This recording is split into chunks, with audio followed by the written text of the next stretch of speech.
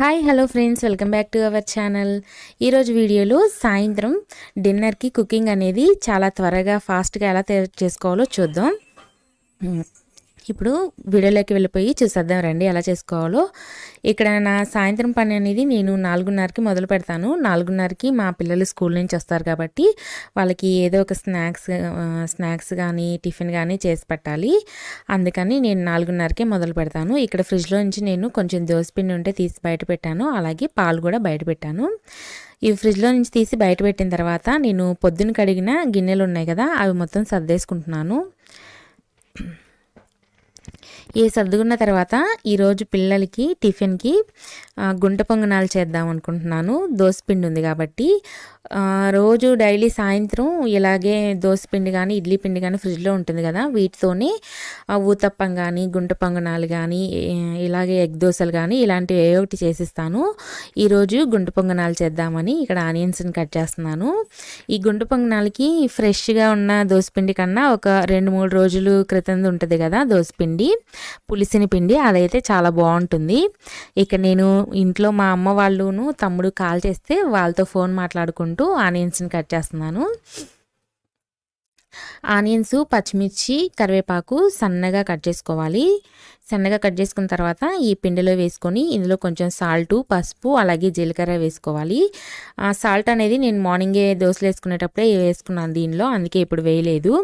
Only పసుపు, జీలకర్ర మాత్రమే వేస్తున్నాను. ఇలా వేసుకున్న తర్వాత బాగా కలుపుకోవాలి. బాగా కలుపుకున్న ఈ పిండిని వాటర్ ఏమి వేయవసరం లేదు, కొంచెం గట్టిగా ఉంటేనే అవి బాగా వస్తాయి పొంగనాలు అనేవి. అందుకే నేను ఇక్కడ వాటర్ ఏమి వేయట్లేదు, ఆల్రెడీ పిండి కొంచెం లూజుగానే ఉంది. ఇక నేను ఇంకా మైదా పిండి అలాంటివి ఏమి కలపను, అవేమి కలపకపోయినా సరే బాగా వస్తాయి కాబట్టి నేను ఇక్కడ ఏం కలపట్లేదు.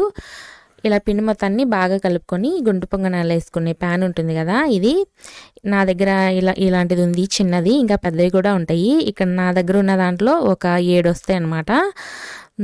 దీన్ని స్టవ్ మీద పెట్టుకొని కొంచెం హీట్ అయిన తర్వాత ఇలా ఒక్కొక్క స్పూన్ పిండి ఒక్కొక్క హోల్లో వేసుకోవాలన్నమాట. ఆయిల్ ఏం వేయవసరం లేదు. ఫస్ట్ ఈ పిండి మొత్తం వీటిల్లో వేసిన తర్వాత అప్పుడు లాస్ట్లో పైనుంచి స్పూన్తో కొద్దిగా ఆయిల్ వేసుకుంటే సరిపోతుంది. ఇవి కొంచెం బాగా కాలి పైన అనేవి ఇలా హోల్స్ లాగా పడతాయి, అప్పుడు అడుగున బాగా కాలని అని అర్థం. కాబట్టి అలా హోల్స్ లాగా పడినప్పుడు మనం రెండో వైపుకి తిప్పుకోవాలి. చూసారు కదా వీడియోలో చూపించిన విధంగా అలా పైన హోల్స్ లాగా పడినప్పుడు రెండో వైపుకి తిప్పుకోవాలి. చూడండి గోల్డ్ కలర్లోకి కాలినాయి. రెండో వైపు తిప్పుకుని కూడా బాగా కొంచెం కాలించుకొని ఇలా గోల్డ్ కలర్ వచ్చేంత వరకు కాలించుకుని రెండో వైపుని కూడా తీసేసుకోవాలి.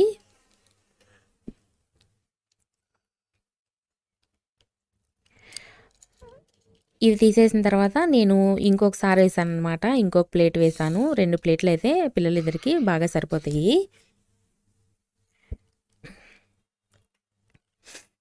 ఇదిగోండి ఇక్కడ నేను మీకు చూపిస్తాను చూడండి, అయిపోయింది నేను పొంగనాలు చేయడం అనేది. ఆ తర్వాత నేను వాళ్ళిద్దరికీ ఆ టిఫిన్ ఇచ్చేసిన తర్వాత వాళ్ళకి స్నానం చేయించాను. రోజు అయితే ట్యూషన్కి వెళ్తారు, ఈరోజు అయితే ట్యూషన్ లేదు, ఇంట్లోనే ఉంటున్నారు.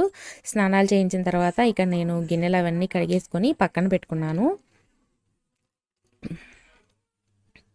గిన్నెలు కడిగి ఉన్న తర్వాత పిల్లలిద్దరికీ కూడా ఈవినింగ్ పాలు కల్పిస్తాను. వాళ్ళు మార్నింగ్ స్కూల్కి వెళ్ళేటప్పుడు పాలు తాగరు, ఎందుకంటే ఎర్లీ మార్నింగ్ వెళ్తారు కాబట్టి వాళ్ళకి కొంచెం వామిటింగ్ వచ్చినట్టు ఉంటుందంట, అందుకే ఇవ్వను. సాయంత్రం వచ్చిన తర్వాతే ఇస్తాను, అప్పుడే తాగుతారు.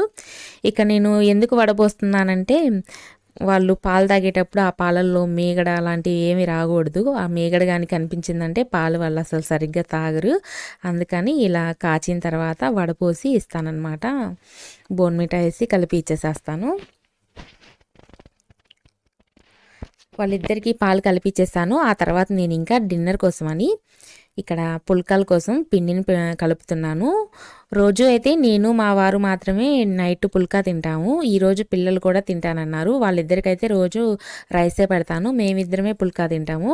ఈరోజు వాళ్ళు కూడా తింటానని అడిగారు, అందుకని 4 కోసమని పుల్కా కోసం ఇక్కడ పిండిని కలుపుతున్నాను. నేను ఇక్కడ గోధుమ పిండి వాడను, మల్టీగ్రెయిన్స్ పిండి ఉండేది కదా, గోధుమలు, రాగులు, ఓట్స్ అవన్నీ ఒక 4-5 రకాల పిండిలు కలిసిన మల్టీగ్రెయిన్స్ ఆటా ఉండేది కదా, అది తెప్పిస్తాను ఎప్పుడు, దాంతోనే ఇక్కడ మేము నైట్ పుల్కాలు అనేవి చేసుకుంటాము.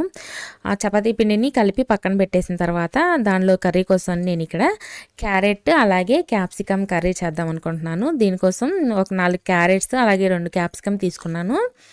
ఆ క్యారెట్ని పైన కొంచెం అలా పీల్ చేసేస్తున్నాను. క్యారెట్ని సన్నగా తురుముకొని పక్కన పెట్టుకున్నాను. అలాగే క్యాప్సికమ్ కూడా చిన్న చిన్న ముక్కల్లాగా కట్ చేసుకొని పక్కన పెట్టుకున్నాను. ఇవి కట్ చేసుకున్న తర్వాత వీటిని చాలా ఈజీగా ఫ్రై చేసేసుకోవచ్చు. నేను ఇక్కడ ఒక కొత్త ప్యాన్ తీసుకున్నాను. ఒక 4-5 రోజులు అవుతుంది. ఆ ప్యాన్ మీకు చూపిస్తాను. అది నాకు చాలా బాగా ఉపయోగపడుతుంది.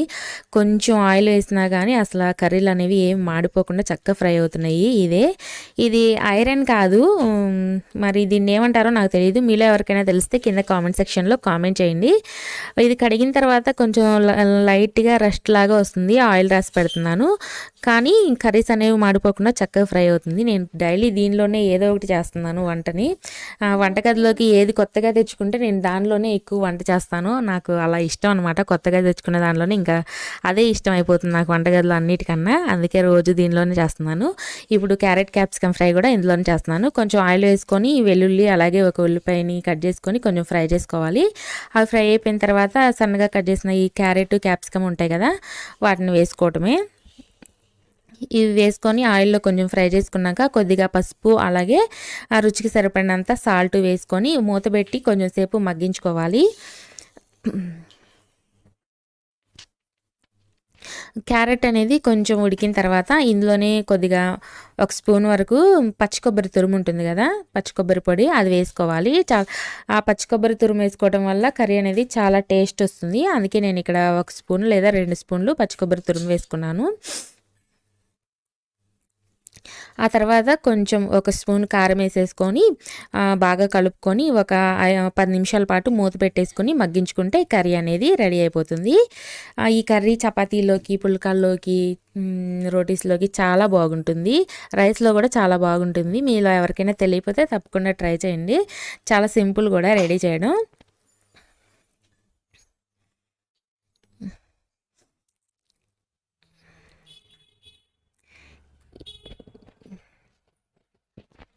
ఈ కర్రీ అనేది అయిపోయిన తర్వాత కర్రీ చేయడం అయిపోయిన తర్వాత చపాతీలు ప్రిపేర్ చేసుకుంటున్నాను.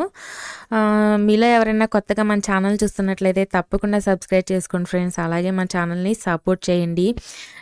మీకోసం నేను మంచి మంచి వీడియోస్ తీస్తాను. మన ఛానల్ని సబ్స్క్రైబ్ చేసుకోవడం అస్సలు మర్చిపోవద్దు. అలాగే వీడియోని స్కిప్ చేయకుండా ఎండ్ వరకు చూడండి. ఇక్కడ కర్రీ అనేది అయిపోయిన తర్వాత నేను చపాతీలు అనేది ఇలా హాల్లోకి తెచ్చుకొని కూర్చొని టీవీ చూస్తూ చేసుకుంటాను. ఇలా కొన్ని పనులు మనం హాల్లో వచ్చి కూర్చొని టీవీ చూస్తూ చేసుకుంటే మనకి పని చేయడానికి బోర్ కొట్టదు.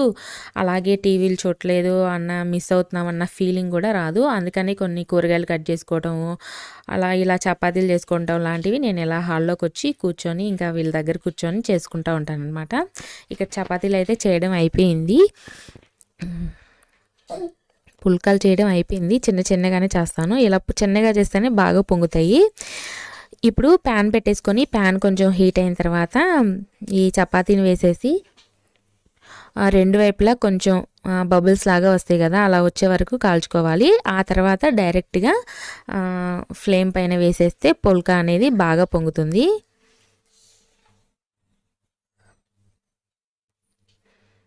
ఇలా 2 వైపులా కొంచెం బబుల్స్ వచ్చేలాగా కాలనిచ్చి ఇప్పుడు డైరెక్ట్గా ఫ్లేమ్ పైన వేస్తే పుల్కా అనేది బాగా పొంగుతుంది. ఇలా నేను పుల్కాలు చేసేసి ఎవరికి వాళ్ళకి 2 చేసేసి ఇచ్చేసేస్తున్నాను వేడివేడిగా. ఫస్ట్ పిల్లలిద్దరికీ చేసి ఇచ్చేసాను అనమాట. కర్రీ వేసి ఫస్ట్ పాపకి ఇచ్చేసాను, ఆ తర్వాత బాబుకి చేసి ఇచ్చేసాను. లాస్ట్లో ఇంకా నేను మా వారు కలిసి తింటాము.